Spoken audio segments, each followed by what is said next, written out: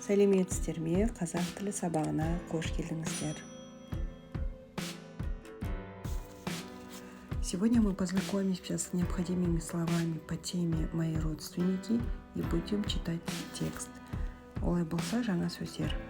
Менің туыстарым, мои родственники, туысқан, родственник, нағашы, родственники с маминой стороны, жеңге, невестка, күйеу, муж, қалыңдық, невеста, тәтей, тетя, ағай, дядя, құда, сват, құдағи, сватя, немере, внук или внучка, жиен, внук или внучка, шөберелер, правнуки, бауыр, брат, сестра, ене, свекровь, келін, невестка.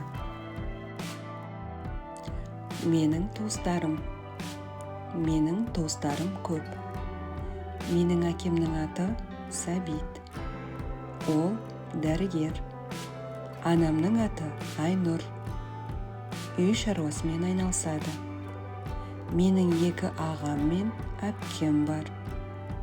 Менің үлкен ағамның есімі Ержан.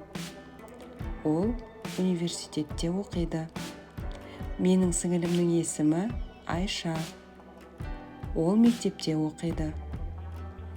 Менің атам мен әжем бар. Атамның аты Құрал. Әжемнің аты Нұрсұлу. Олар ауылда тұрады. Мен оларға қонаққа жиі барамын. Менде анам жағынан да туыстар көп. Нағашы тәтемнің аты Гүлнар. Нағашы ағайымның аты Мұрат. Маған туыстарыммен уақыт өткізген ұнайды. Туыстарым мені үнемі қолдап отырады. Мен оларды қатты жақсы көремін. Мои родственники. У меня много родственников. Моего папу зовут Сабит. Он врач. Мою маму зовут Айнур. Она занимается домашним хозяйством. У меня есть 2 брата и сестра. Моего старшего брата зовут Ержан. Он учится в университете. Мою младшую сестру зовут Айша. Она учится в школе. У меня есть дедушка и бабушка. Моего дедушку зовут Курал. Мою бабушку зовут Нурсулу. Они живут в деревне. Я часто их навещаю. У меня также много родственников по материнской линии. Мою тетю зовут Гульнар. Моего дядю зовут Мурат. Мне нравится проводить время с моими родственниками. Мои родственники всегда поддерживают меня.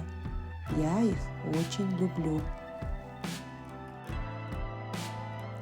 Есте сақтаңыз. Жеңге, невестка, жена старшего брата. Жиен, внук или внучка по материнской линии. Келін, невестка, жена сына. Нағашы әже, это бабушка по материнской линии. Нағашы ата, дедушка по материнской линии. Бауыр в казахском языке имеет несколько значений. Брат или сестра. В более широком смысле может означать родной или близкий.